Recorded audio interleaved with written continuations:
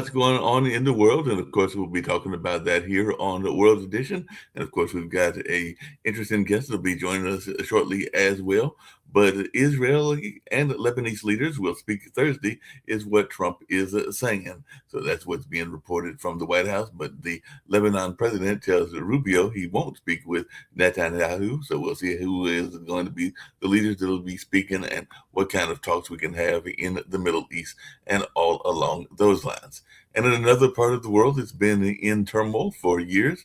Russia strikes Ukraine's largest cities in deadliest attack this year. So Russia launches one of its largest drone attacks on Ukraine this year, killing 18, and that was reported earlier this day as well. So Zelensky says Russia does not deserve lifting of sanctions after the deadly overnight strikes in Ukraine. And push for U.S. Iran talks is gaining momentum as things are going on in the White House is trying to see what they can do in that space as well. So the U.S. is optimistic of a deal with Iran as it increases economic pressure. And the French killer of an Israeli woman is been shot dead in Paris. So Frenchman tied to 2011 Israeli fatal crash was killed in a Paris suburb. So definitely that's something that folks are talking about in France. And South African politician Julius Malema has been sentenced to prison for firing a gun. So that's something that's going on. He was a South African opposition leader, and he's been sentenced to 5 years in that particular country. And Pope Leo XIV is addresses conflict and war during Cameroon visit. So he was visiting the African country of Cameroon. And he said that Pope Leo in Cameroon decries world ravaged by tyrants. So Pope blasts tyrants ravaging the earth during his visit to Cameroon. And Catholicism thrives in Africa, but Pope's Cameroon visit apparently highlighted a divide as well. And on earlier, when he had visited Algeria, North African cardinals said that Christians must learn how to be a minority. So that's something else that folks were talking about as well. And Turkish police detained 162 people over online praise for school shooting. So death toll from Turkey's second school shooting in a week rises to 10. So definitely that's something that we hear a lot about here in the U.S., but it does take place in other parts of the world as well. And BBC investigation reveals fake asylum claims in the UK. So Home Office investigating after BBC finds migrants making false claims to stay in the UK. Apparently, part of this is Pakistan and Bangladesh migrants faking that they are gay to get asylum in the UK. And definitely, there are some of these folks, including those at the Pete Tatchell Foundation, that saying that these fake LGBT and asylum claims have been condemned. So definitely, that's something that is going on as well. And online age checks are coming in Europe. So Europe rolls out online age verification app to protect young people. So the EU age verification app is announced to protect children online, and I'm sure that our guest today will have some thoughts about that as well. And Lebanese president refuses to speak with Israeli prime minister. I just mentioned that earlier as well. Let me get to some U.S. news, then I'll bring in my guest for today and everything like that. Former Virginia Lieutenant Governor Justin Fairfax kills his wife and then himself, is what police are saying in apparently this suspected murder-suicide that took place in Annandale. So definitely that's something that folks are saying is in the state above me, since I'm in North Carolina. And the U.S. military locked and loaded to strike Iran's power plants, energy industry if ordered. So definitely, U.S. will block Hormuz as long as it takes, and is ready to restart combat if talks fail, is what Hedges is warning, and everything like that. So definitely, that's something that folks are talking about as well. And the Pope criticizes tyrants who spend billions on wars days after his spat with Trump. And Stephen Colbert wants the vice president to lay off the Pope. So definitely, there's a lot going on in this conflict between the Pope and the President of the United States. And floodwaters inundate Wisconsin streets, trapping drivers, and definitely the Midwest is dealing some catastrophe in that area. They're driving as stranded as flooding closes major highway in Milwaukee. And that's actually where I went to school at Marquette, and I'm wondering how it's impacting my fellow Marquette students and all along those lines. It was many years ago, decades ago, that I graduated from that university, since I graduated back in '84 and everything like that. Johnson tries again on spy powers vote amid GOP rebellion. So, why Congress is fighting over a central tool of American surveillance. So, definitely looks like this is something else that is going on as well. And as we said before, Representative Eric Swalwell resigns amid sexual misconduct allegations, and he's one of two that had stepped down because of allegations, Tony Gonzalez being the other one. And House is considered a bill to protect Haitian immigrants in pushback against the Trump administration. So House defies Trump on immigration with move to shield Haitians. So that is something that folks are talking about as well. And former U.S. Marine pilot Daniel Dugan is to be extradited. Daniel Dugan, Australian citizen and ex-U.S. Marine pilot, loses his extradition appeal. So it looks like he will be heading back to this area and all along those lines.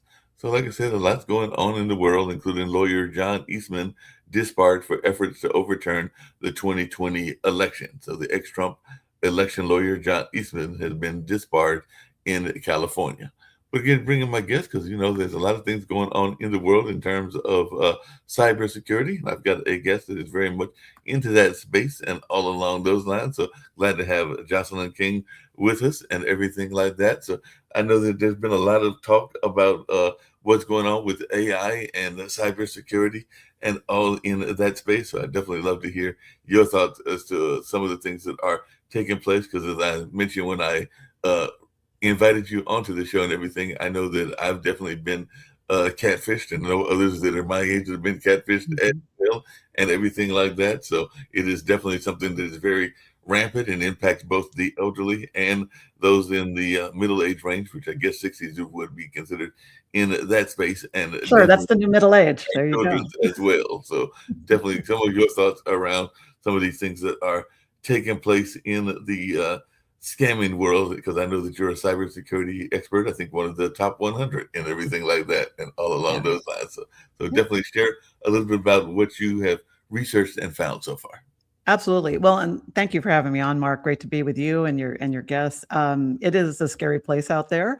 I liken it to just like the physical world. When we're growing up, we learn how to look both ways before crossing the street and not walk down dark alleys and not take candy from strangers.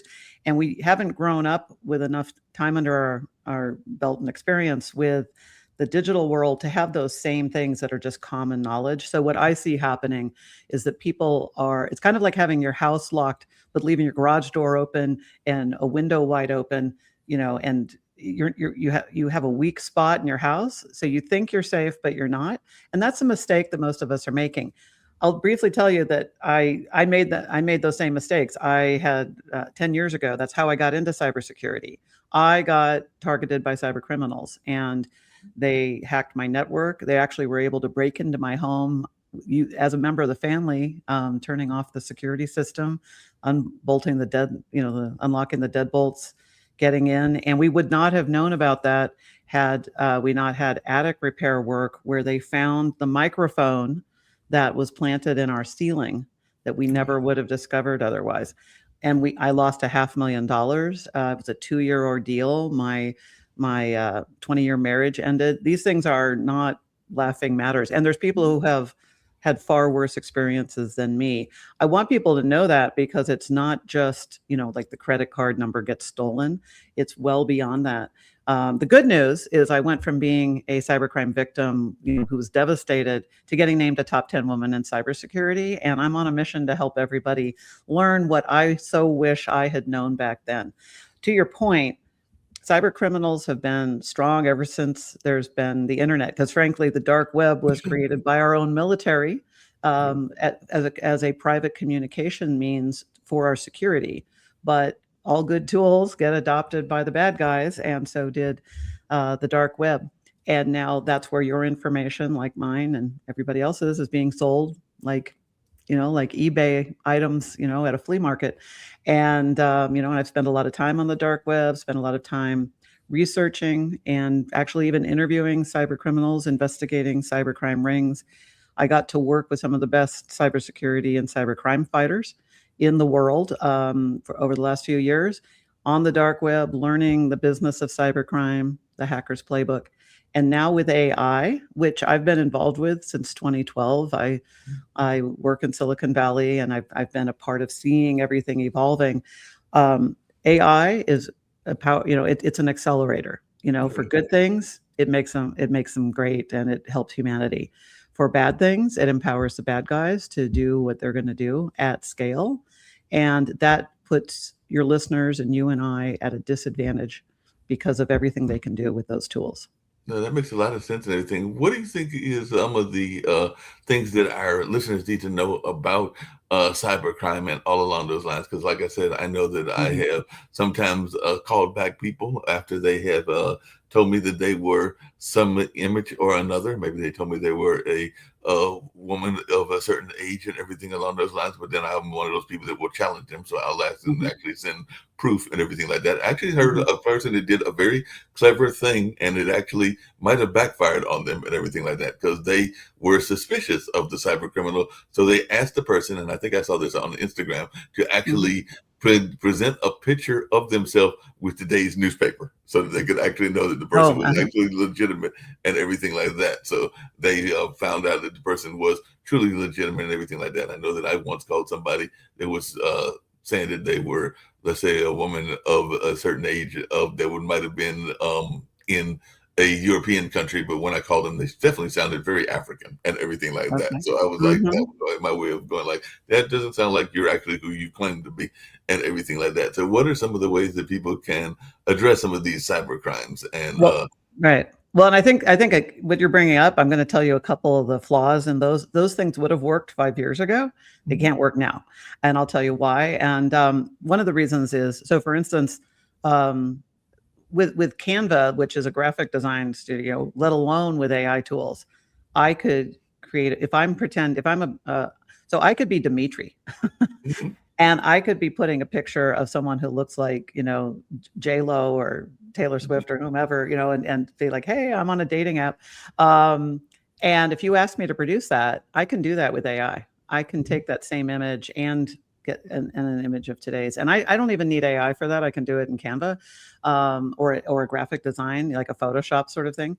So the problem with those types of verifications is you can't trust them anymore. I think that, the biggest challenge that which is why it's getting all of us so on edge, is that everything that's happening means we have to change our instinct on trust. We have to reprogram ourselves. We've already done this multiple times. When the internet came out, we kind of went through the same thing. When Actually, when CGI came out, most of your listeners will, of over a certain age, will remember watching a movie where they saw some incredible CGI for the first time, like a dust storm or an earthquake or a tidal wave, going, how do they do that? And what we take grant. See, here's the thing. It used to be a Hollywood studio and millions of dollars was required for that. There are literally apps that have free models or cost under $100 a month on a subscription that help criminals create realistic scenarios, realistic websites. They could, it'll create a website that looks like your bank's. It will create a website that, looks like a shopping site. In fact, there are people who have created these for entertainment and joke reasons, and had Yeah. people come in. There was a guy who, he's actually a comedian. He's not even in cybersecurity or cybercrime. He created a fake Chat GPT site to have these joking things come up. Well, a visitor from China came in and was trying to use it as Chat GPT, asking to write a story or something. He says, you don't understand this. This is a fake site. And he was talking to him, and the person, also with English being not their first language, thought that it was Chat GPT, arguing with them. And so, but if you can create a website that is convincing to look like Chat GPT or a bank or something, think of what that's doing to us. You think you're going to BofA.com or Right. Chase.com. You think you're going to your E-Trade account or your retirement account. And it used to be that you could kind of see, well, the logo's slightly off, or that something doesn't look quite right. we can't trust our eyes anymore, and that's why it's so kind of emotionally upsetting to us. You can't trust your eyes with a video call. What's the real scam, and this is a really important thing to be aware of. I just was 3 weeks ago I got debriefed, by the National Security the Association that did this debrief to all of us at this major it's the biggest cybersecurity conference in the world. I was there. We were getting all these debriefs of what's happening in the incident room. Everyone here should be planning right now that you're going to get a video call from a loved one or a good friend that's in an emergency, and they need you to send money, or they need you to give them access to something. It's already happening. It's happening right now while I'm on this call with you to dozens, if not hundreds of people. And it's coming to your phone very soon because it's so easy to create. You mentioned the African accent. Here's what's happening. AI, I could have a heavy accent from anywhere in the world, and I can turn an AI filter on that can make me sound like I'm from your neighborhood. We've tested this in our lab. So if you want to sound like you're from South Philly or Brooklyn or San Diego or Dallas, it will put that accent on. So I can be from wherever I am with a heavy accent. I can speak real time and it will filter. The Hollywood movie tricks have come to your phone. So be prepared for it so that you're not caught off guard. No, I'm gonna definitely try to be prepared for that and everything like that. Before I bring in Rick and also Jacoby, who's definitely been involved in video games and a number of other things as well. And all along those lines, I might bring some other people on as they come on. And all along those lines, yesterday was tax deadline. I know some people got extensions, some till October, some are getting because of technical glitches and that extra 5 days that they give you, that 5-day grace period that they give you to the 20th to try to fix the errors that you might have made in your form and everything like that. But one of the things that is very popular, I know that I got caught up in it with LinkedIn. It's probably part of the reason I'm not on LinkedIn anymore, and all along those lines is age verification. So I just wanted your take on age verification and whether that is a legitimate thing that people should be paying attention to. It is a legitimate thing. I can tell you though, there's dozens of apps. Again, I'm based in Silicon Valley, so I see everything. You brought up dating apps. There are over 4,000 dating apps. Cybersecurity companies, there are over 4,000 in the US alone and 24,000 worldwide. And when you talk about verification apps, there are dozens. So the important thing is, like in the US, we use ID.me. That's what our government uses. The ones in the US for the Digital Safety Act are others. And they're often a private company working with government to do that. And they are legitimate and they're good. They're using them for sites that minors should not be on. Right. So that you get pre-verified. It's kind of like thinking of it, like if you're at a bar or a restaurant, you have to present ID if you want to order a drink or anything like that. It's the digital version of that. So if it's done, legitimately, by the government to verify you, that's fine. It's being used, of course, on, porn sites and alcohol shipping sites and all these things that we, restrict minors to. And so that's something you have to have. Yeah, Rick, you had a question? Yeah. So, except for Jatovi, we're all boomers here, and I get AARP magazine, and every issue is at least half about don't get scammed. So we are boomers. The youngest boomer is 62. The oldest is 81, and we have all the money. People 45 years and older have 94% of the assets in America. Mm-hmm. And even worse off than us in terms of you want to talk about our parents, because a lot of us, the young boomers, have parents in their 80s who are still insisting they're competent to handle their affairs. And these guys are, in my family, it happened repeatedly, sitting ducks. Right. Yeah. Well, you bring up a great point, Rick. And I'm a Gen Xer, so I totally get it because I see the generations above me, generations below me. What's happening you bring up a great point. First of all, interestingly, people in their 20s and 30s who are tech savvy, but very security unsavvy, are the most hacked. However, to your point, because they don't have all the assets, they're not the ones who lose the most money. The ones who lose the most money. So the FBI report that just came out said the average loss from a cybercrime, which is almost 1 million people a year file with the FBI. Even the FBI director thinks that's only 10 to 15% of the actual. Okay. Of all those people, the average is $19,372 that you're going to lose. The average for if you're 60 and above is 80,000 plus, and many people are losing everything. A lot of the people I work with who come into my workshops and stuff, they're somebody who's a younger boomer or a late Gen Xer. Their parents, I hear this story over and over, and that's why I want to repeat it to all of you. Their parents have gotten romance scammed, or even more often, investment scammed. They see a Shark Tank shark on Facebook telling them about this great investment. They put a little money in. They get this amazing return within 2 weeks. So they put a little more money in. They get an amazing return, and that return is sitting there in an account. And they're even being told, "Oh, you can take it out," but there's this really interesting thing that's coming. And so they're cyber criminals and scammers are master manipulators who understand our psychology. I say they understand our psychology better than psychologists and marketers.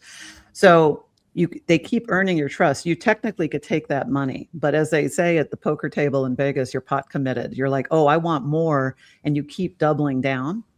And then they eventually lose everything, or almost everything. Let's say all but $20,000. So, I've seen people lose close to $1 million. It's gone, and it's wired overseas from this. Well, guess what? Let's say their 55-year-old kids are now going, well, the interest on that account with the Social Security is what was paying for assisted living. We can't afford assisted living anymore. We're already working 2 jobs. Do we take from our own retirement? Was one of us have to quit working and our parents come live with us again, and we're doing care? Do we take from the kids' college fund? This is a real crisis for American families and families around the globe. So these scams work when the person is isolated. Like my wife and I are always asking each other, "Does this look real? Is this legit?" You got to be all up in your parents' business. Mm-hmm. Because it's not just scammers, it's businesses that are legit but still have a model where they work over older people. That is true. Gold coins, window replacement, any of the stuff you see advertised on MSNBC or especially Fox News. These are legit businesses who find it easier to sell to old people, and you have to be working over your parents. Like you said, of any age, you can get hit, and you have to talk to other people. You can't trust the phone numbers that a website will give. You have to call the bank and say, you got to go to the source and triangulate. No, that's true. And by the way, one of the best things you can do is just make sure you're always calling the number on the back of the credit card. And for things that you don't like, that don't necessarily have that, like your bank where your checking account is, or your investment account or retirement account, you need to put those known numbers in your phone so that you're calling the right number. One of the ways people get scammed is they'll get a text or an email and and they're saying, "Call this number." And they're like, and so they're like, "Okay, I'm not going to get fooled by this. I'm going to talk to a real person." They call the number that was emailed or texted to them, because here's what happens. These are smart people. I've worked with people who are Mensa, which is like the top 2% smartest IQ on the planet, who have gotten hacked, because it's not about how smart you are. It's that they get you into a panic state. They work on urgency. And, I've studied neuroscience. What happens is they get you out of your good thinking brain that is reading the AARP article or listening to this and knowing, "Oh, I understand this." And you're thinking, "Oh, this couldn't happen to me."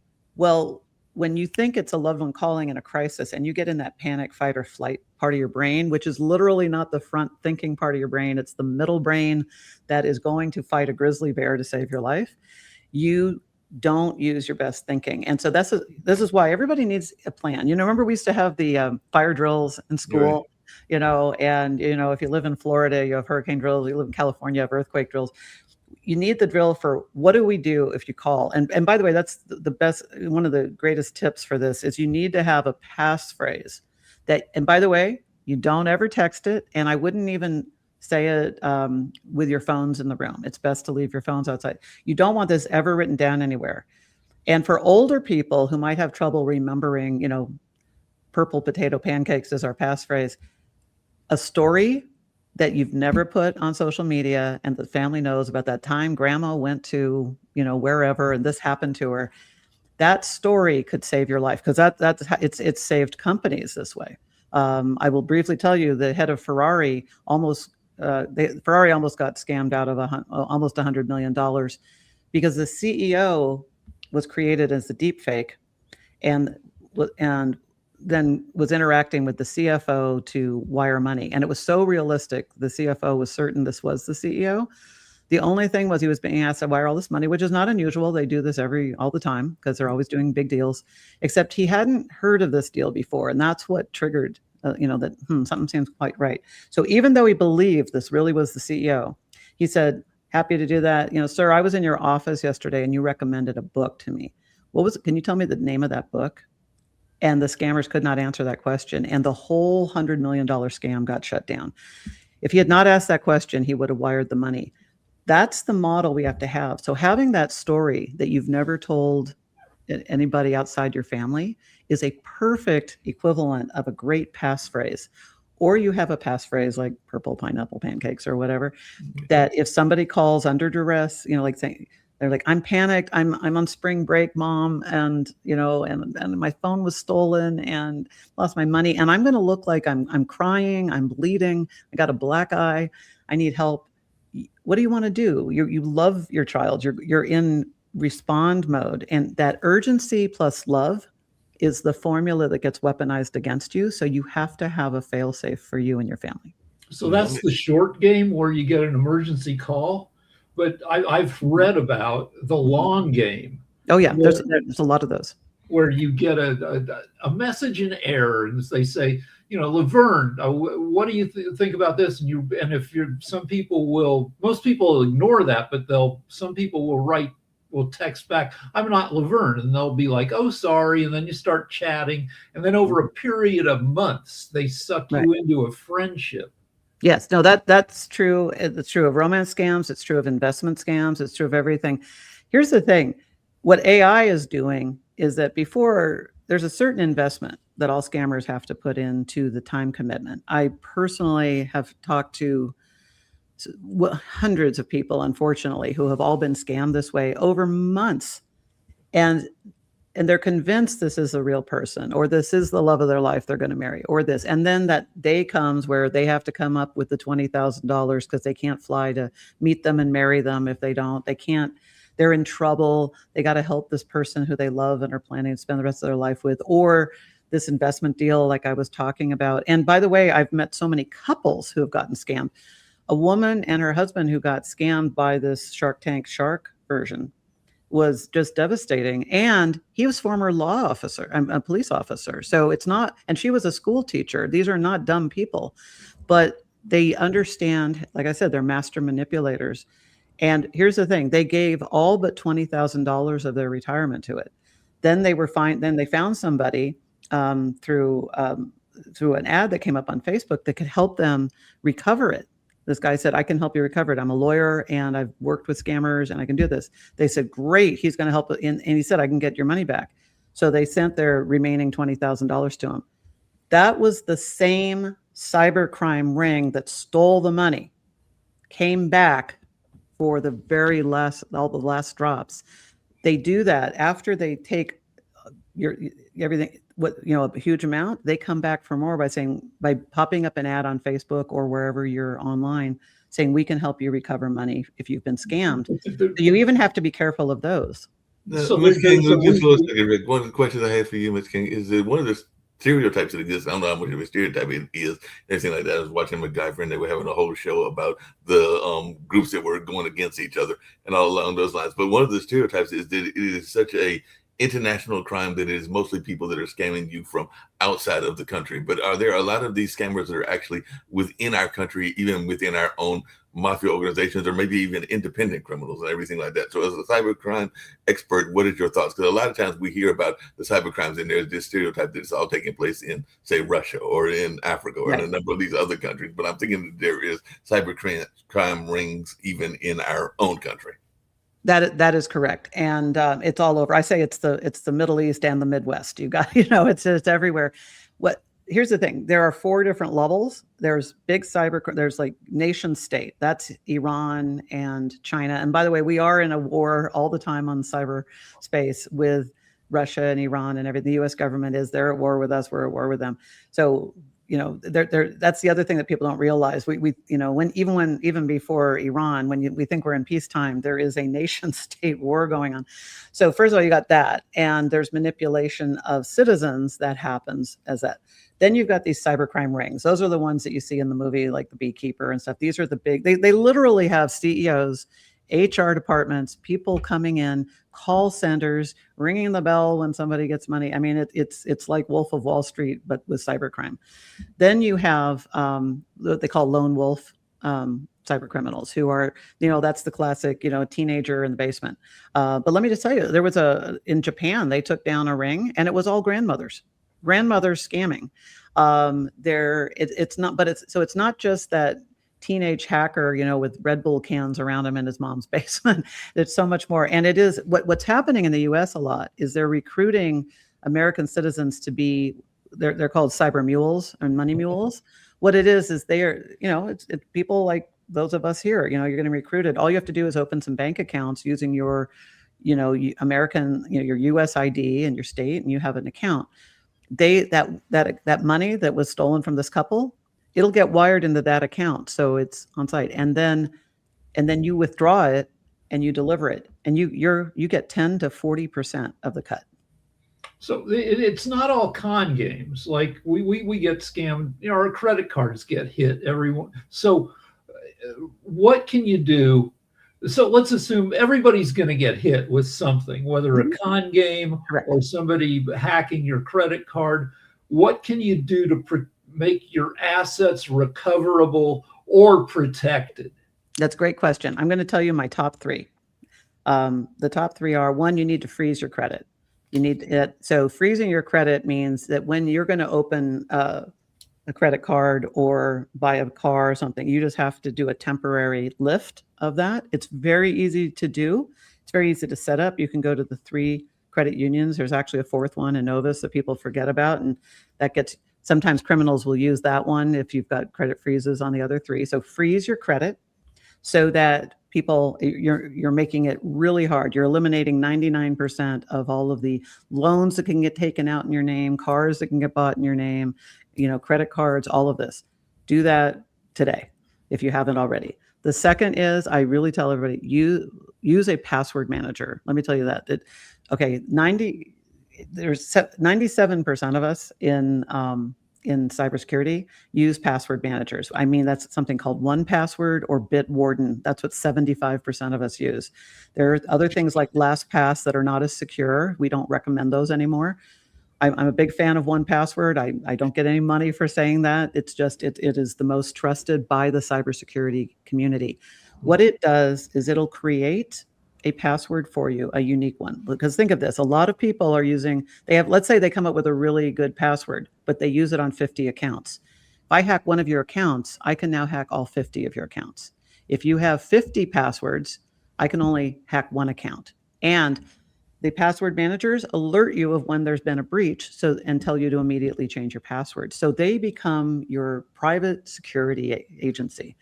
And not only that, the point that you brought up, we were talking about the fake sites. Let's say you're going to bofa.com. If you're on a site that looks legitimate and you're telling it to populate my name and my login and password here, it'll say that this website is not associated with this account, because you're going to have bofa.com. It's going to automatically have that in your password manager. It's going to know it's a fake site. It's going to warn you. It's the best protection you can have. And here's the thing. I don't know real quick, everybody listening, think of how many passwords do you think you have? And Mark, how many do you think you have? Total, I mean, because I've got various Total. jobs and everything like that. I probably Yeah. got probably close to 50 if I think about it. That's the average answer. But the truth is the average person has 250. And the reason is, that thing you bought on Groupon that made you sign up for something. You go to you go to a hardware store or supply shop and you get that 10% off, but you got to set up an account. You've got every app you have has one. Are they all like I say, if somebody hacks your AAA account, they might get a free tow. If they hack your retirement account, it's a different story. But the thing is, all of those are ways into your email. Once into your email, if you're not using separate emails for your banking and your coupons and newsletters, I can get, I'm not even a great hacker. I'm a what they call a script kiddie, but I could log into your banking account, So you want to think of these as your doors and windows. I say the number one reason we don't protect ourselves, or we don't really know how to protect ourselves, is because we can't see it. You can't see your home. So I want you to picture, just like your home is your castle, your digital home is your digital castle. You've got doors and windows. The reason you can secure your home is you go room by room, door by door, window by window. You need to do the same thing online. And it's because it's amorphous. Where is it? It's hidden in your, in notes and contacts on your phone. It's on your things in your browser. You don't have a handle on it. And so when you start just making sense of it, a password manager is going to help you get every password in. Just start with the 5 to 10 most important, your bank account, and please set up a separate email just for your financials. Do not get newsletters in it. Do not use it for email correspondence. Do not use it for those, great coupon deals. Have a junk email and have a financial email that you just use for important things. That alone will reduce your tremendous risk. And then the final thing I would say, and this isn't everything you need to do, but this will cover 90% of everything. The other thing is you need to turn multi-factor authentication or two-factor authentication on everywhere it's offered. People don't like it. It takes an extra 5 to 9 seconds. That 5 to 9 seconds could just save everything you've got. Yeah, because I know that a lot of people are not, because I've been seeing that even with some of the IRS stuff and even some of the other things that I've been on. A lot of times there is that two-factor authentication. Now, I know that one of the things that corporations do, because I am part of a grading company and all along those lines when I'm not working here at Pod TV and everything like that, and they try to get us to change our passwords a certain amount of times and all along those lines. I want to say it might even be once a year. Sometimes it might even be even more frequently than that and everything like that. And I know some of my coworkers get frustrated by that because they get used to the one password and everything like that. But the corporation is trying to protect itself from hacking. Now, they've been hacked as well on occasion because it's a testing company. But I just wondered, is that something that more companies should do, is just try to change the passwords on a consistent basis and everything like that? Well, yes and no. And then I'll tell you why. It sounds good in theory. Looks good on paper. But here's the problem. A lot of people, you're only as strong as your weakest link. In cybersecurity, we have this saying, the bad guys only need one time in. They only need one break. And so a company is only as strong as their weakest employee. You'll have an employee who resets their password, but it's the same one they're using for their Yahoo or Gmail account that's sitting on the dark web with passwords, and they're using it on every account. So a lot of companies, to really stay safe, have gone to tokens, and you really want pass keys with biometrics, like where it's Face ID on your phone, it logs you in, or fingerprint on a laptop. A lot of companies will invest in the ones that have a biometric laptop because you can't afford to have the weakest link employee in your, I worked at large companies like Intel. I was an executive there. I've been in startups. You can't afford to have one of 100,000 employees, or if you're a small business, which by the way is the single most targeted group in the world, small businesses. So you've got to protect yourself if you own a small business. You need to have your employees using, at least these secure passwords and rotate them. Good news is a few years from now, we're not going to have passwords. Everything's going to be pass keys. and that'll be safer until it's not, and then we'll have to come up with something else.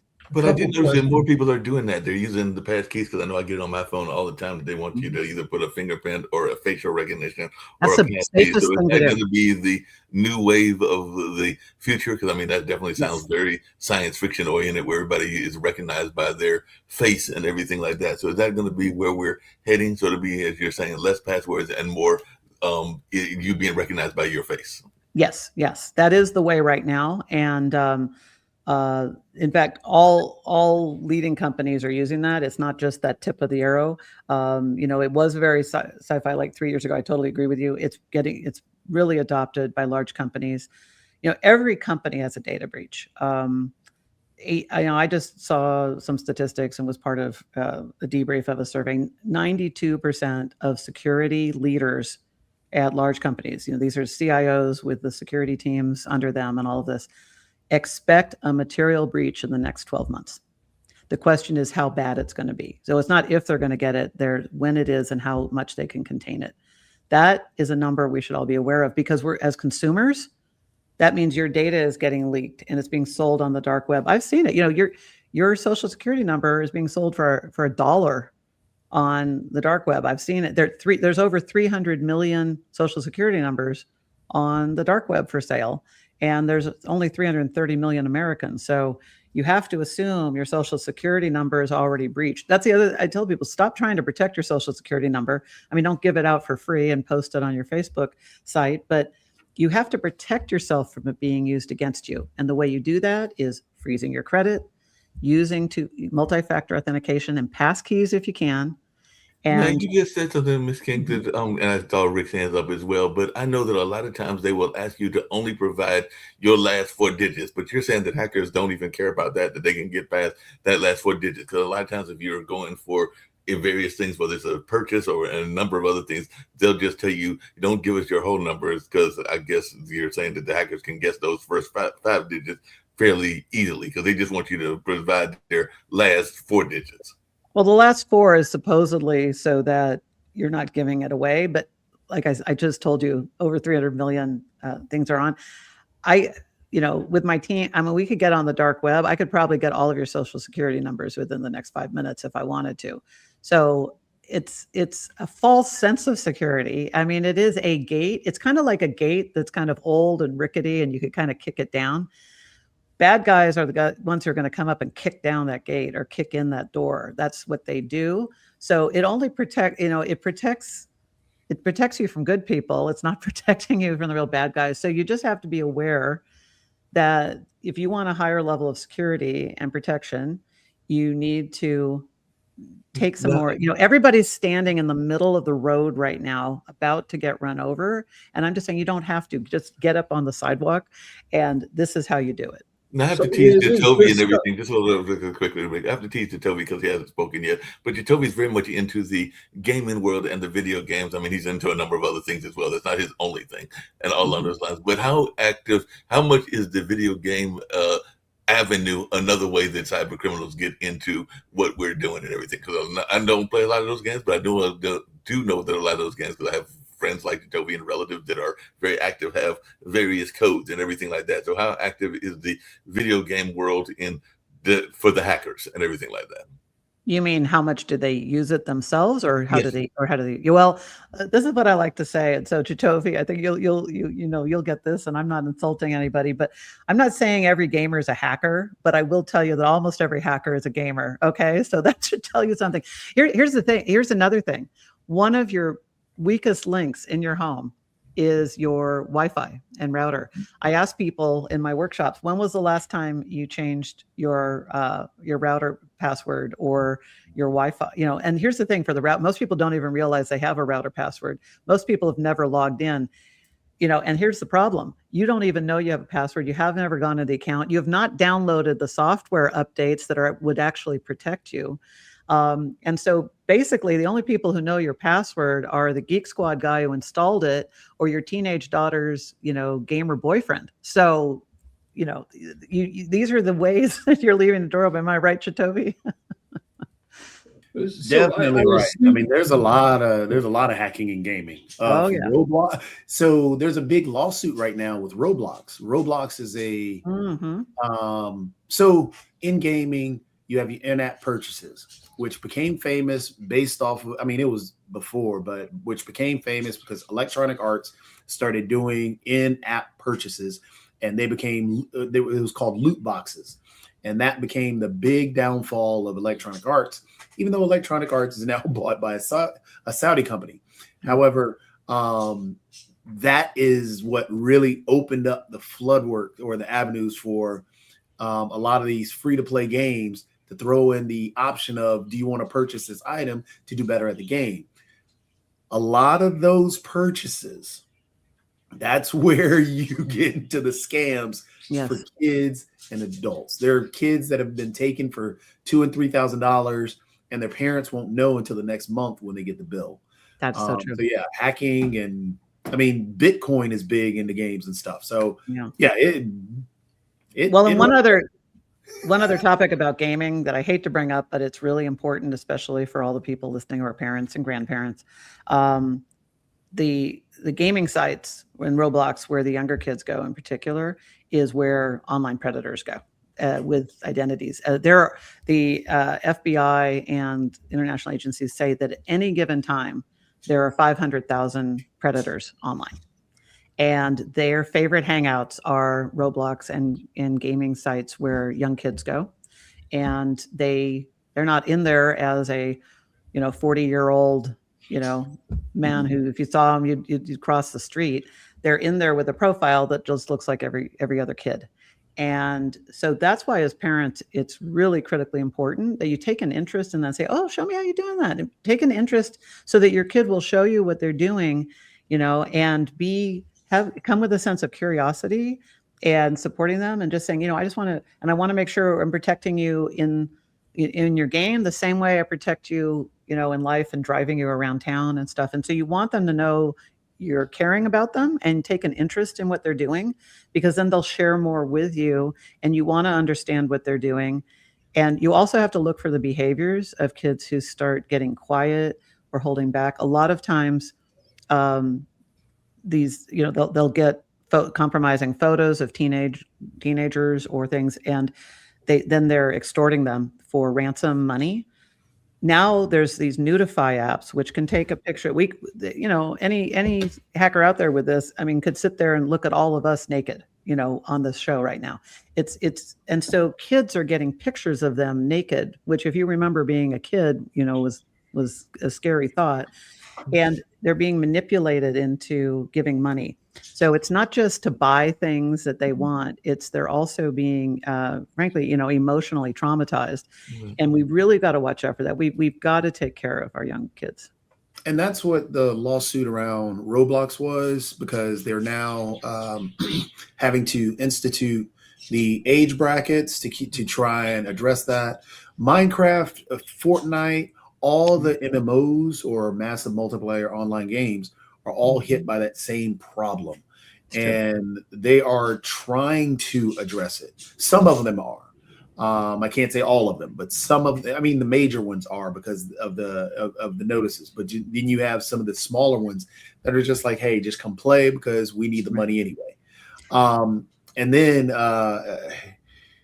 the nude photo issue, that is what Twitter is being sued, or X, or whatever we want to call it now. That's what they're being sued for, because that's what their image creator has done. And which, oddly enough, it was also it wasn't sued for the Nazi flare up, but it's being sued about the nude photos. It should have been addressed when they were dealing with the hate speech and so on and so forth. So yeah, there's some issues, a lot of issues in the online communities. Right. You also got to look at Discord. Discord also has a lawsuit upon it. But a lot of parents don't know about Discord. Parents they just think it's another texting or communication app, which it is, but it's done in a different way. And the way it's being used, right? Yes. Mhm. Yes. I think it's an important thing because Mark, you were asking me on here to really help give people not only a sense of what's going on, but what to do about it. I want to point out something that Jacoby is bringing up that's so important. You know, a middle-aged man hanging around a playground for too long and taking in, a really a not good interest in these young kids and trying to get one of them to come into a private car with them would be seen and stopped. So that same thing happens online, except now they get to be disguised as a 10-year-old girl. Mhm. So you have to think about that. That's the digital playground. And so if you're as a parent, I mean, think about it. We don't even let our kids walk to the playground. You know, in real life, we drive them and we sit with them, but you let them go into this predator infested digital playground all the time while they're in the car, while you're sitting at a restaurant. And you've got to pay attention to these things. These are the times we live in. You've got to be where they're on the playground and there are predators around. And if you want, put more attention into what your kids are doing online than in the physical world, because the risk is far greater. No, that makes sense. I know we use it regularly, even here on the network and everything like that, because we've had some people from places like Bangladesh, he's not here today, and everything, and even Australia and other places, including Canada, that are very much using the apps like WhatsApp and particularly WhatsApp. I mean, Zenga's another one as well. But how concerned as a cybersecurity person should we be about these group chat kind of things that are from other countries? I think WhatsApp, if I remember correctly, is Russian based and everything like that. But how concerned should we be about these kind of group app kinds of organizations? Well, some are better than others. There's issues with Telegram, and like Signal is used by professionals. But then it gets this flare up in the news because of how it's being misused, by government. So I think the bottom line is there are some you have to be aware of only because they have more of a concentration. But the bottom line is, you can get scammed through your SMS on your phone. In fact, WhatsApp is more secure than your SMS, and because you can get, your phone can get hijacked. You've got to be careful of things. It comes down to it's kind of like, let's take it back to the physical world. I always like to equate everything to the physical world. It's kind of like saying, well, is this restaurant safer than the one across the street? Well, yeah, until a guy with an armed gun comes, until an armed burglar comes in. So you've got to be aware that anything could happen, and it's more to take precaution. That old thing of if you see something, say something. The problem is nobody's looking, so you don't even see anything to say something. So you just need to pay attention in these things. You're going to get scams through WhatsApp from overseas. There's a lot of them that come in and it says it's your bank, but it's from a 4/4 country code. You're like, my bank is not in, the Philippines or Malaysia or wherever. So those are the obvious ones. It's the ones that look legitimate that you got to be really cognizant of. A real important takeaway for everybody is when anything is going on that requires you to give money or information or take urgent action, you need to look at getting out of that channel and into another channel. That's why if it's a family member calling and they're in distress, you need to say, I don't know if I can trust this. I have to verify it. And then you want to call them on a known good number. Or in the case of them saying, if it's a scam and they got their phone was stolen or whatever, and you don't have that opportunity, then that's why you have to have a passphrase. You have to have a second verification means. This is what cybersecurity is based on, people coming out of military and Secret Service and all of this. So the protocols for safety, the trust but verify were there, except I would even say, question and verify, not even trust and verify, because I can't trust my eyes. I go into, to companies where I myself, as a not hugely technical person, and, create a very realistic deepfake video of the CEO or the CFO who hired me. We go in, sit at they introduce me to the executive team and why I'm there to train everybody of what they need to know. And then I say, and now I want to bring your real CEO on. And they realize, oh my gosh, I thought that was the CEO. And these are smart executives who got to where they are by being really savvy, really sharp, and trusting their instincts. it is really disconcerting and upsetting for us to realize I can't trust my instincts the way I did 5 years ago. Yeah. So we have to question and verify. So Rick, is you had a this stuff question? is this stuff proliferating? Is it a growth industry scamming people? Question one. Question two is, can you besides two-factor authentication, can you harden the individual like financial services that you use? Can you call them up and talk, like our credit card uses AI and it knows our patterns, but is there a way to call up your credit card and say, this is what we're going to be spending on and don't take any charges for this? Call up your online broker and talk. Is there anything like that? Yeah, so let me answer those in reverse order. The best thing to do is turn on alerts so every single activity on your accounts comes to you in on a text alert or an email. Because if you're getting scammed and somebody's siphoning $10,000 out of your account and you get an alert on your phone for that activity, you're like, that's not me. And you can call immediately. The number one way you protect yourself is being as close to the event as possible. The people who have gotten money lost and never get it back, or it happened 3 days ago or 3 months ago or last year, and they didn't see it because they only got their credit report now, and this thing happened 11 months ago. If you can catch it within the first, it's like a heart attack. If you can catch it within the first hour, you're going to be far better off than you are. And then within the first day, far better off than a week later, the closer you are to the event. So get alerts on it, and it's your money. It's worth it. And by the way, the people in my workshops who have come in and done that, I actually have gotten a couple of people saying, I actually became more aware of some spending that was going on of these auto renewals I didn't know about, and I've saved money. And then one person said, wow, it paid for your workshop. So you actually can, there's more than one reason why you want to be aware of what's happening in your accounts. But just know that that's the number one thing you can do. You Just really can't tell quickly, your what do you bank think account. of both Guardio and Rocket Money? Because I know that I've gotten information, and I think I had Guardio there for a minute, even though I don't have it now, and I still have Rocket Money, which lets me know about those auto renewals and everything like that. Right. But what are your thoughts? Because I know Guardio is supposed to be a protection app and everything like that. Well, they are. And here's the thing. I wish I could just tell everybody there's a panacea. There's not. The problem with all of those things is it's like all the websites you visit where you're accepting cookies. Data brokers are, you use the word legit business before, and I will say legal business. There are legal businesses that are doing things not in your best interest. On my podcast, Smarter Online Safety, I just had somebody on, an expert, talking about all the ways that our data is being sold by data brokers. And it's, even people who are cybersecurity, executives coming out of the Secret Service cannot keep themselves 100% safe. Okay, so that's what we're up against. What you have to be aware of is the reason a lot of cybersecurity people I know don't use those. I'm not saying they're not good tools. I'm not saying you shouldn't use them. But the problem is it tells everything you buy, your entire buying behavior, what you're interested in. You've given all of that data.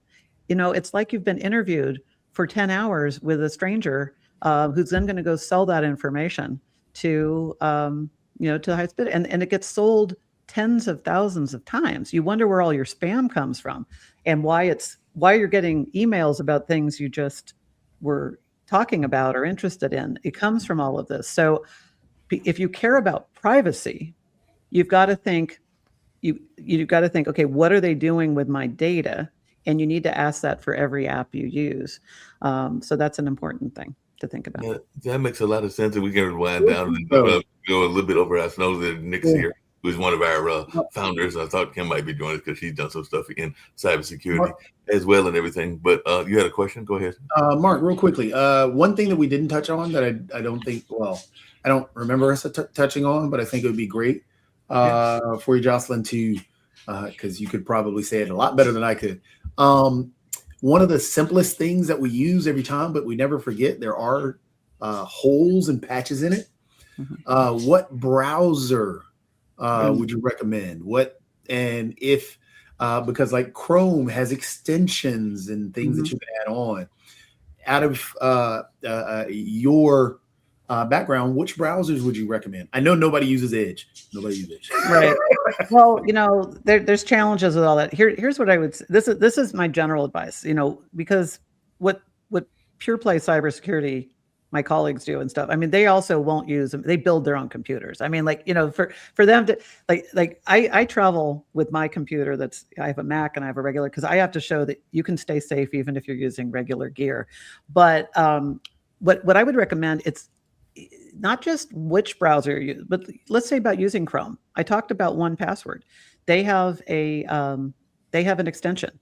So it's not even don't use extensions, because I highly recommend that if you use Chrome, you want to just put your settings on. You want to be in, you want to be incognito or in private mode as much as you can, though that doesn't mean it makes people feel safer than they actually are.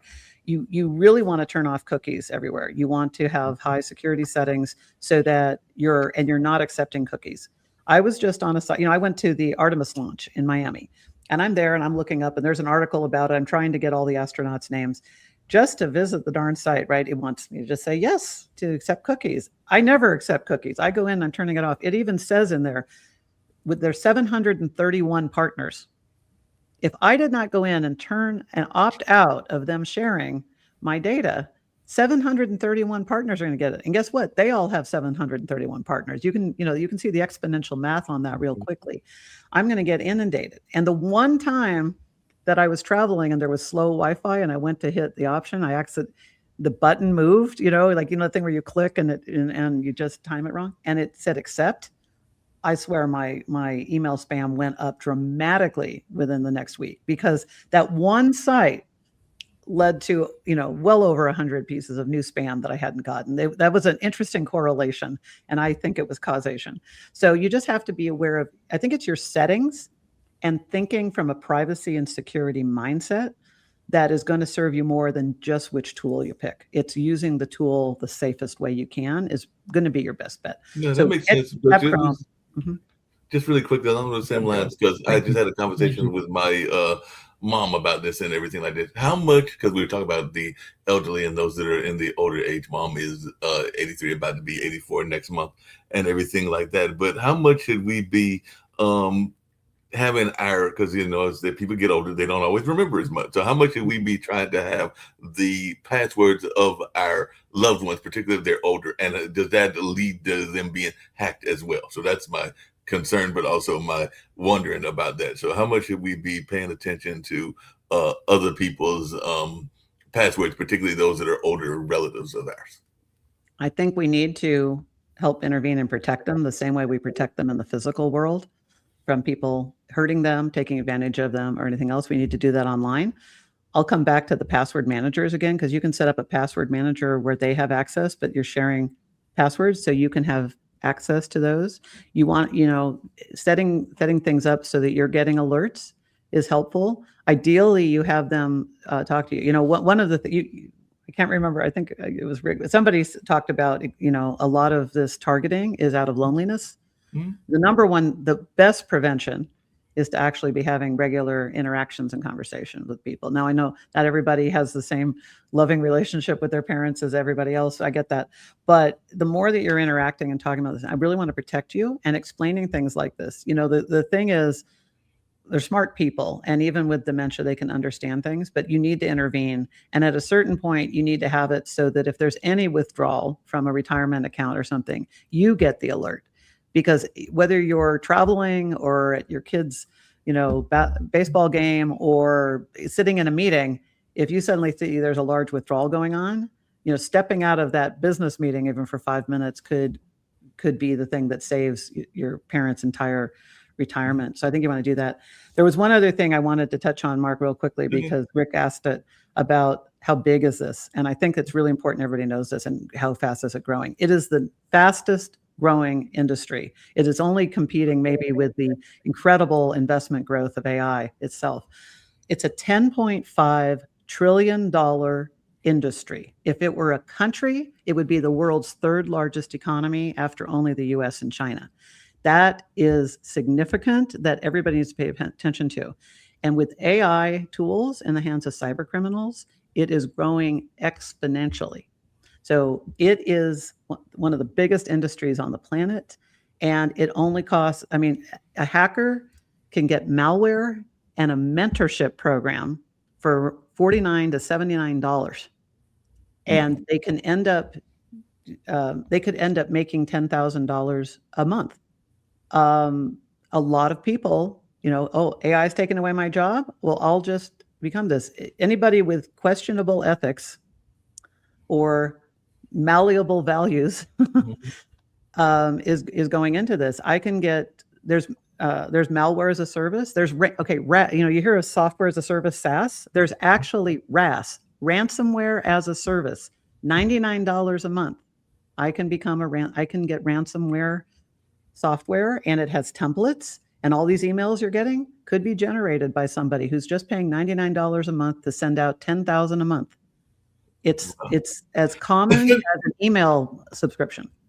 Oh, that's and the email blast, because I know a lot of people, because I work for a couple of nonprofits, are always trying to be protective of their emails and everything like that. But I guess those email subscriptions can also be hacked as well, because I know that I belong to a couple of nonprofits, and that is one of their concerns. And they will sometimes have people come in and scrub them to take a look at whether they are being scammed and everything. So how much should corporations be worried about their email list? That was my other question that I was going to ask you. Well, email list and all of their company data. Large corporations, 82% of companies have reported a breach in the last, as a minor to a major, material breach. The other 18% have it. And again, we have a saying in cybersecurity, the joke is that those 20% just don't know it yet, or they're so bad at cybersecurity, they don't know they've been hacked. That is the situation we're in, because there's too many variables, there's too many ways in, and it's easy. This is why we have to protect ourselves as consumers, because every organization you do business with has information about you, from your social security number to checking account numbers, retirement account numbers, and stuff. The other thing to think about is we were talking a lot about losing large amounts of money, and some people think, oh, well, if that happens with my bank, they'll reimburse me. This is a big misconception that people have. If the bank's own cybersecurity is the weak spot and they get hacked and your account gets drained because of their security, you will get your money.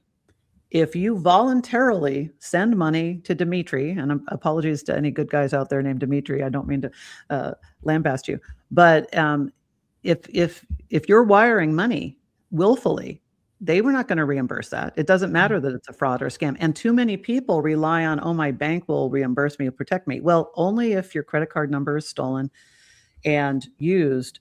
I just helped somebody right now recover $38,000 because they had a check from an insurance company that they had to sign on the back of, and they sent it on to their to the construction person who had done the work for it. Well, the check got stolen in the mail and cashed, but it got scrubbed, it got whitewashed, and so then the insurance company is telling them, well, your check was cashed, we paid you and you did it. They were not going to send another check. They were not going to reimburse it. My client was going to be on the hook for $38,000. What we were able to do by looking at it, I said, well, look at the back. You had endorsed it.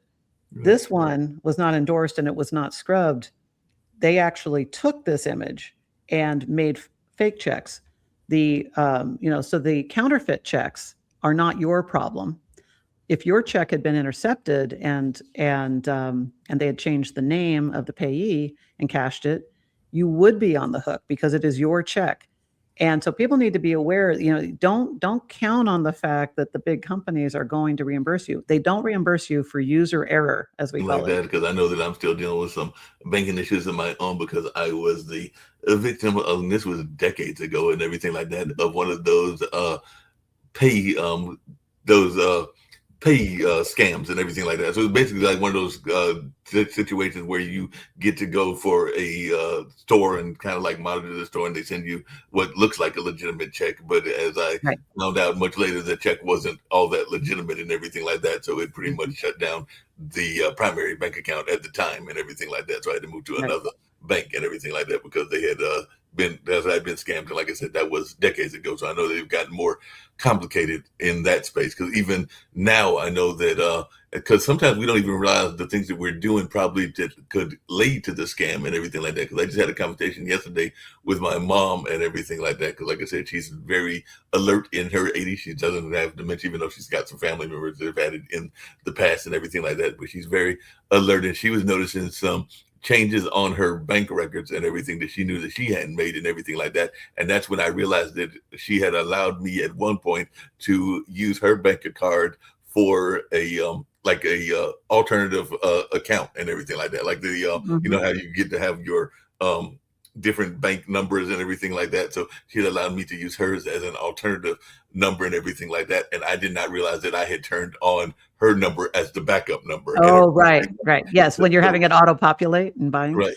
But you know what? That is so great. And you know what? And I'm going to say, she's our poster child, because she's the one that everybody should be looking at. That's what you want to be doing. You need to be CEO of your own money and CEO of your own life. And the thing is, setting up something like 1Password, you do a little investment of like an hour, 90 minutes, you get it set up, but then, there's setup, and then the maintenance, helps you save so much time and gives you peace of mind.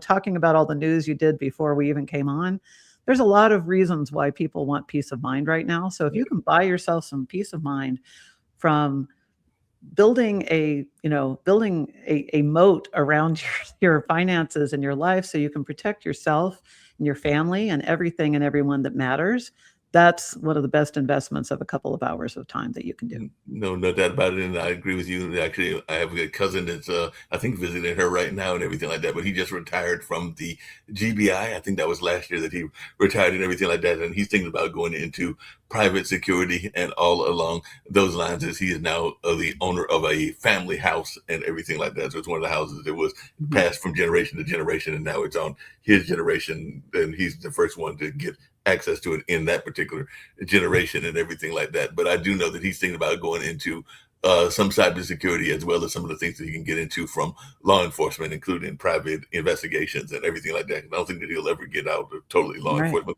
I'm beginning to think that cybersecurity and law enforcement, because I've got other friends that are police officers and other folks that have been involved in it. I think it's like one of those careers that you never totally get out of. It's kind of like the arts. You never totally it's so true. And I know this is my final thing before I leave, but let me just say this to everybody. There's a lot of concern about AI taking away jobs and all of this. I can tell you that AI is creating more cybersecurity jobs. Cybersecurity right now in the US has 500,000 openings, 500,000 positions that are unfilled. We need people, and you don't have, it's not for people who are just like hackers. Yeah, they need analysts. Think of it, every job skill that could be needed for any kind of business is needed in cybersecurity. I highly recommend, when people are saying I'm worried about this, or they'll say, what should I advise my teenager to go into, or my college bound kid, or what should I tell them? I say, go into cybersecurity, because first of all, you get exposed to AI. You have to learn AI, because AI is so prevalent in cybercrime and in cybersecurity. So you get to, learn what's happening and how is it being used. You get to protect yourself and others. You get to learn things. Like I said, I got into this. I was working in marketing at Intel, running a marketing team. I was not in cybersecurity. I got into it by having my life decimated by cybercrime. And I love what I do now. I get to help people like your listeners. I get to have these great conversations. You get to learn what's going on, and you get to learn how to protect yourself. I can't think of a lot of careers that are so rewarding. So I highly recommend that anybody who's looking for work, that you look into that. We need you, and it pays well, and you can help others, and you can learn enough to help everybody around you. So I think that'll be my parting words. No, I appreciate it. And I'll just really quickly, before the final parting words and everything like that, if you tell folks how they can get in touch with you, you mentioned your own podcast and everything like that. I think you've got maybe a book or two as well. But if you want to just tell folks how they can reach you and how they can get in contact with you if they are interested in any of. Perfect. Well, thank you so much. So my company is smarteronlinesafety.com, SOS. So if you go to smarteronlinesafety.com, or you email services@smarteronlinesafety.com. We have workshops. I have a book coming out in just a few weeks. It's at the publishers right now. It's called Digital Self-Defense in an AI World: How to Stay how to stay safe online. And that gives you, we talked about a few things here. There are actually 30 safety checks that everybody should do. Think of it like 30 panels of fence around you to protect you. And I had a lot of them in place when I got hacked 10 years ago. I didn't know about the others. And the ones I didn't know about are the ones that took me down. And so what I wanted to do, I said, where's that checklist of just everything I should check and do? And it didn't exist. And my mission became, well, I'm going to create it. And after working with all these great cybersecurity people who, have worked, protect our nuclear submarine codes and Wall Street and banks and the companies that you and I see the logos of every day, I got to learn all these things. And it took me 3 years to 5 years of full-time in the trenches work. So I was able to distill that down into something. I mean, who wants to learn cybersecurity just to protect yourself? My daughter, is a busy working mom. She doesn't have time to do that. It's like, here's the checklist. So that's what I put together. And if you want to get some information, I have a weekly podcast show also that streams on 12 channels. And I have a YouTube channel. You could subscribe. We have experts on. I have guests on who have been victims of cybercrime talking about what happened. So, you could learn a lot, and we try to keep it, we laugh too. I'll tell you, I like to say I'm the only smiling cybersecurity person you're ever going to meet, because I get to do things like this. Yeah. And thank you so much for having me on. No Mark. problem with everything. It was very enjoyable. I think we probably covered some of those 30 things that you were talking about. But if there's any that we missed that you just want to remind people really quickly, then I'm going to hit the exit button. But is there any that we missed that they should put out there on that 30 that we didn't cover? I know you mentioned the 2-part authentication and the passwords, but I'm thinking that freezing your credit. So freezing your credit, using a password manager. You really do not want to use public Wi-Fi, and you need to think of your own Wi-Fi as a door that is unlocked if you have not changed the passwords and updated software on your router or Wi-Fi, or have it automatically updating. Then if you don't know the answer to that, that means you've got a weak spot and you need to go fix it. And my book does talk about how to do that, and I talk about that on some of my podcast episodes. So, but please, that's your weakest spot. To drive that point home, let me just briefly say, I drove around a neighborhood with a hacker friend of mine who had just moved to a new neighborhood and had met his neighbors. And within 10 minutes, he hacked 5 of his neighbors' Wi-Fi networks. And he took pictures of what he had access to there, like a baby monitor, their financial records files, their deadbolts in the security system, all these things he had access to. And he's an ethical hacker like I am. He's not a bad guy. So then he took them so he could show them and say, I need you to learn how to protect yourself because I want you to be safe. And I will never forget that night, because we had a bet that he couldn't do it. And I lost, and I had to buy an expensive dinner that night. So let that be a lesson that, don't wait for somebody to drive to your network, to your neighborhood, and hack into your network and get a hold of run off, but just really quickly, and I promise this will be the last question and everything.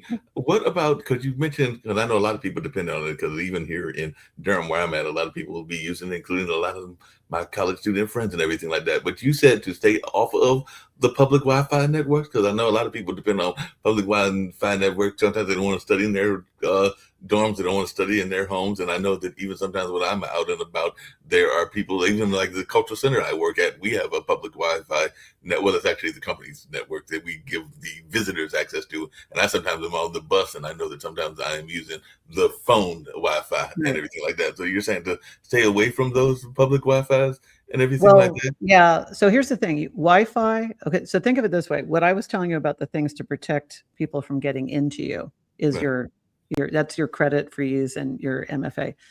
Then how you interact with it. Think of it. Remember we talked about the digital castle. Right. I call everything Wi-Fi and network your drawbridge. Mm-hmm. And when you go on public Wi-Fi, you're putting your drawbridge down. Anybody can come in and out. So I know you have to use it. There's a lot of students who have to use public Wi-Fi. I understand that. You have to know it is unsafe. So just use it as it's unsafe. If you need to log into if you're a student and you're typing, or you're somebody reading the news, and all of a sudden you remember, I got to buy this or pay this bill, then get off and do that on your cell. Do that on your cell phone.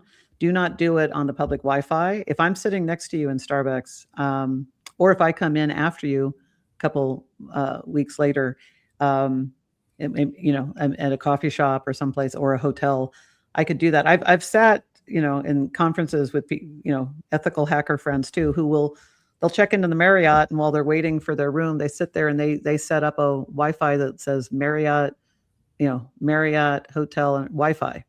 And it looks just like the real one, except it has an underscore instead of a space, or it has a space instead of an underscore. It looks legitimate. It looks like the one that they tell you to use when you check in. He's a hacker. Now, he's a good guy. He's not going to do anything with it, but he's just doing that to see the kind of volume that's happening. That's a good guy. Bad guys go to Marriott's, go to Starbucks, go to public libraries. So I said you're standing in the middle of the road with oncoming traffic. Be aware of it. So when you do use public Wi-Fi, just say, this is not safe. I'm going to do things here that I don't care if other people learn about. The reason I'm shaking my head is because this is very scary and everything like that. Because I'm just going to tell you what's scary is because I know for a fact that this weekend, and I'm here in Durham, Carolina, we're having one of our major film festivals. It's called Full Frame and everything like that. It's considered like the documentary version of Sundance and everything like that. So I know for a fact that there will be thousands, if not tens of thousands, but definitely thousands of people. There might not be tens of thousands, but thousands of people that will be there from the documentary film community from places like you are, California, New York, overseas and everything like that, that I guarantee you that if I go there later on today, and I'm planning to go there, if not later today, tomorrow, I will see hundreds, if not many other hundreds of people that'll be out there using their Wi-Fi to talk about their film and to do their marketing and do everything else. And it sounds to me like they are the way you're describing it, a walking nightmare for, actually a bonanza for the unethical hackers that might be out there and everything like that. Oh, it is. And you guaranteed there are hackers there trying to get that. What they're looking for, they want logins to your email. They want logins to Amazon, a bank account. They want you populating your credit card information on a site. They want you putting your social security number in. So, there are times I have to use public Wi-Fi. The other thing is you can get VPN, virtual private network on. That is helpful, but I think too many people think, oh, I'm safe, I've got VPN. VPN's a tunnel. Guess what's at the end of both tunnels? An open hole. So you're safe in transit. You're hiding things. It's better than nothing, but just be aware it doesn't give you foolproof protection. So you want to think on your drawbridge, you've created a tunnel, so people can't see everything coming and going. There's still a opening at the end. So you just want to be careful. And hackers are far more sophisticated than the average person will ever be to everything they need to do. So use it with care. Picture public Wi-Fi like being in a glass house. You're probably not going to walk around naked and do certain things if you knew you were in a completely glass building than if you were in a hotel room where people can't see in. Picture yourself in a glass house and just do things there that just assume somebody's looking over your shoulder and don't do anything you wouldn't want to do. That's how you can use it safely.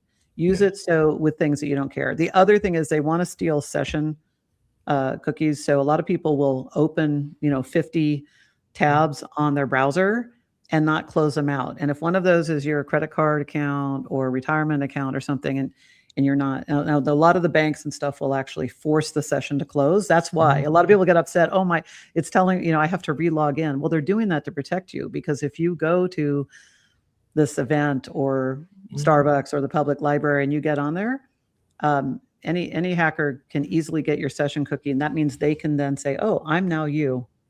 And I can transfer your money. I can do whatever I want.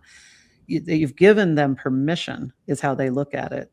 So you want to be aware. You want, when you're done with your financial things, don't just close your window, log out. And, these hygiene habits, we call them, are just going to keep you safer. You brush your teeth without thinking, about it.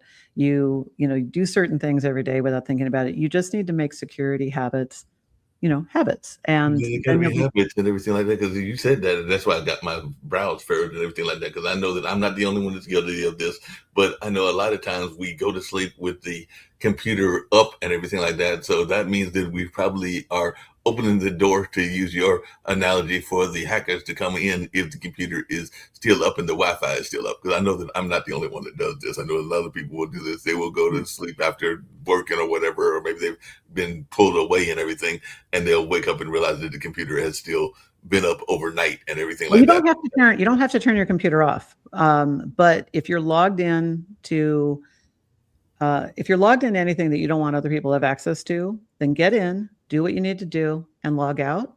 And if it's financial, don't do it there. It's, even if you pay data charges on your phone to use your phone as a hotspot while you're at the public library or at the film festival, so you can, you use it. It's worth the $5 you're going to pay in a data charge to keep your account from getting drained. So think of it as insurance. And then the other thing is just try to not do those things. Just don't do those things when you're on public Wi-Fi. If you're out and I travel a lot. I just traveled 4 out of the last 6 weeks. So there are times when my cellular is not strong enough and I have to use public Wi-Fi, but there are certain things I will not do. And I will not do them because the consequences are too high. And I hope if I leave your listeners with anything, it's that, these extra security steps are really not that big a deal. It's you don't think of it as a big deal. Oh my gosh, I'm crossing the street. I have to look both ways. What a burden. You just do it. And this is the same way. Look both ways Look both ways. But, cyber street. But did I hear you correctly that it's all right? Because I know even my mom does that sometimes as well, to keep your computer. I mean, I know it drains energy, but to keep your computer up, because I know I'm not, like I said, I know a number of people that have their computers up there lazy. They don't feel like turning it down and everything like that. I know when I'm at work, I always shut down my computer, but I don't always do that at home and everything like that. So, and I know a lot of people are like that. They'll leave their computers up even while they're gone and everything like that. So from a security standpoint, should we always close our computers? I guess is what I'm really asking. Well, there's 3 things. There's turning it off, there's closing it, and there's just having it go to sleep. And I think what you want to do is you want to have your screen auto lock after a certain amount of time. Yeah. People in cybersecurity make it 2 minutes.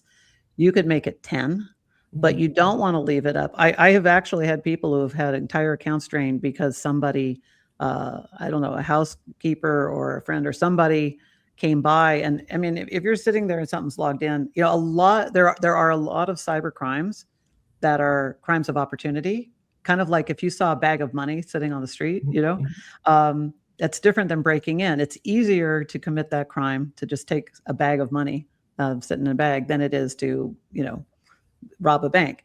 So don't give opportunities for easy opportunities for people to scam you. So just have your computer go to sleep. All you have to do is log in again, or you do a biometric.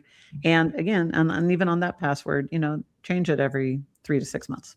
Yeah, I appreciate you. You've been a great guest, and I thoroughly enjoyed your insight and everything like that. We'll have to get you back to bring some other knowledge and everything. I know Nick is one of our founders, has been in the background watching. He was actually the one that put up cybersecurity and some of the other things and was moving us around and everything like that. So I know he's been listening, and Kim has actually been involved. Who was the other founder in cybersecurity, because she invented a product to help people that were involved in domestic abuse and everything. Oh, like that. that's wonderful. Good. We need more of that. It was like it kept both the criminal and the I want to say it was like a security app that kept folks monitored if they were in that whole notion of being abusive and everything like that, if I remember correctly. But she had a patent for it, and then the patent did not go through or whatever. But she still is very much involved in that space. So I'll have to have her have a conversation with you as well. And thank you so much for having me on. And again, if anybody wants any information, go to smarteronlinesafety.com. I'm on a mission to help as many people as possible live safer, better lives, because I want you to learn enough about cybersecurity that you just know what you need to do. You get it done. You learn some new habits, and then you go about the rest of your life, and with calm confidence and knowing that that you are more protected, and that you know what to do if something happens. My goal is not that everybody studies this all the time, but get safer so you can live a better life. So thanks so much for having me on, Mark. No problem. I appreciate you. And we're going to get out of here with the same video that we had to bring us on and everything like that. And it'll get us on out of here.